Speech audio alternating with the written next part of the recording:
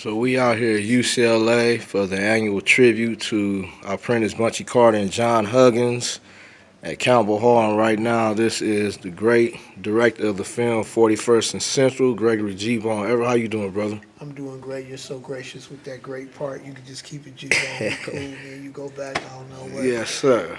You know what I'm saying? Well, I mean, folks watching this need to know the work that you're doing is great, you know.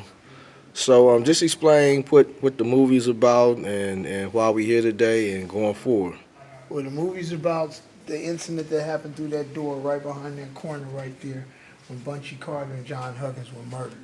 Right down about 100 feet from where we're standing right now.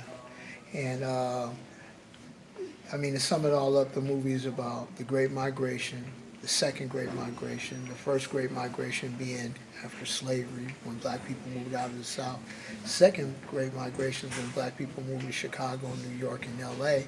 after World War II. And what happened with those people that moved out here looking for something better found something really, really bad, and it was called the LAPD and the racism of Los Angeles. And then about 20 years after this great migration, the Panther Party was made available to these people by way of Oakland. So Bunchy Carter was chosen after he was introduced to, by Eldridge Cleaver, introduced to the head committee in Oakland, and he came down here and he started the Southern California chapter. The climax of the film is the shootout at 41st and Central, which was the first time SWAT was used, and it was used against the Panther headquarters and our subjects, Roland Freeman, Wayne Farr, and some of the other brothers and sisters that was in that shootout. So that's the whole movie in a nutshell.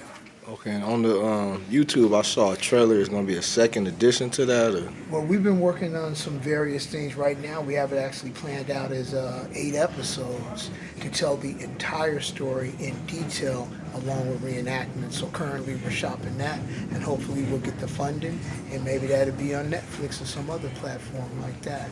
So that's what we're working on right now, trying to get the funding and get the green light to get that going. But all the research is there. Each episode is planned out. All the script is done for the reenactments, and me and my team are ready to get going. That's right. Well, again, bro, we most definitely appreciate all the work you have put into this. And just how long exactly have you been working on this project? I've been working on this project as far as writing it and figuring out how we're going to put this whole thing together.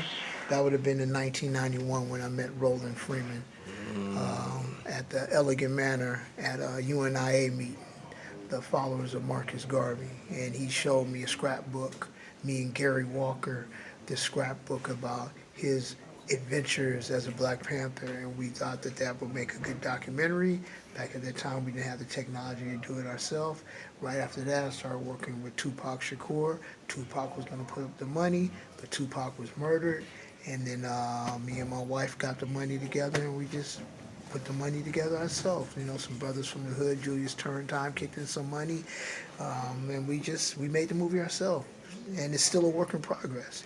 You know, we do this other version that'd be this spread out version with the reenactments and stuff, and that'd just be the movie moving on and developing and turning into something else. So it's still a work in progress. How about that? We're still working on it. Right. I met you 13 years ago when I was getting it together. And thank you for all your support as well, Billion. Appreciate that, brother. Yes, sir. Yes. Like power. All right. All power to all the people.